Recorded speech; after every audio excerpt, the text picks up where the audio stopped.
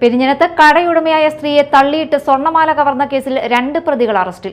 കയ്പമംഗലം പോലീസും Thrissur rural dance of സംഘവും ചേർന്നാണ് പ്രതികളെ പിടികൂടിയത്.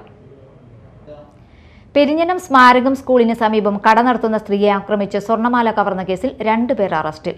യമാട് കാരേപ്പറമ്പിൽ വീട്ടിൽ സനോജ് കെ ഫസൽ, കഴുവിലങ്ങ് മാടത്തിങ്കൽ വീട്ടിൽ ഫാസിൻ നൌഷാദ് എന്നിവരാണ് അറസ്റ്റിലായത്. ഓഗസ്റ്റ് 16 വൈകിട്ട് 5:20ഓടെയായിരുന്നു സംഭവം. പെരിഞ്ഞനം മൂന്നാംകുറ്റി സ്വദേശിനിയും പലചരക്ക് കടയുടമയുമായ ജ്യോതിയുടെ 1.25 പവൻ തൂക്കം വരുന്ന സ്വർണ്ണമാലയാണ് പ്രതികൾ കവർന്നത്. സ്കൂട്ടറിലെത്തിയ പ്രതികളിൽ ഒരാൾ കടയ്ക്കുള്ളിൽ അതിക്രമിച്ച് കയറി ജ്യോതിയുടെ കഴുത്തിലുണ്ടായിരുന്ന മാല പൊട്ടിച്ചെടുക്കുകയായിരുന്നു.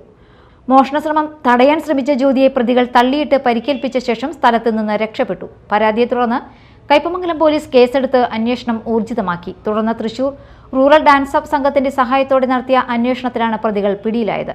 അറസ്റ്റിലായ സനോജ് 2024 മതിലകം പോലീസ് സ്റ്റേഷനിൽ രജിസ്റ്റർ ചെയ്ത അടിപിടി കേസിലെ പ്രതിയാണെന്നും പോലീസ് അറിയിച്ചു. Kodungallur DYSP Ratheesh Kumar, Kaipamangalam SI Ranjith, Jayakumari T എന്നിവരുടെ നേതൃത്വത്തിലായിരുന്നു അന്വേഷണം. നടപടിക്രമങ്ങൾ പൂർത്തിയാക്കിയ ശേഷം പ്രതികളെ കോടതിയിൽ ഹാജരാക്കുമെന്ന് പോലീസ് അറിയിച്ചു. Media time, Kaipamangalam.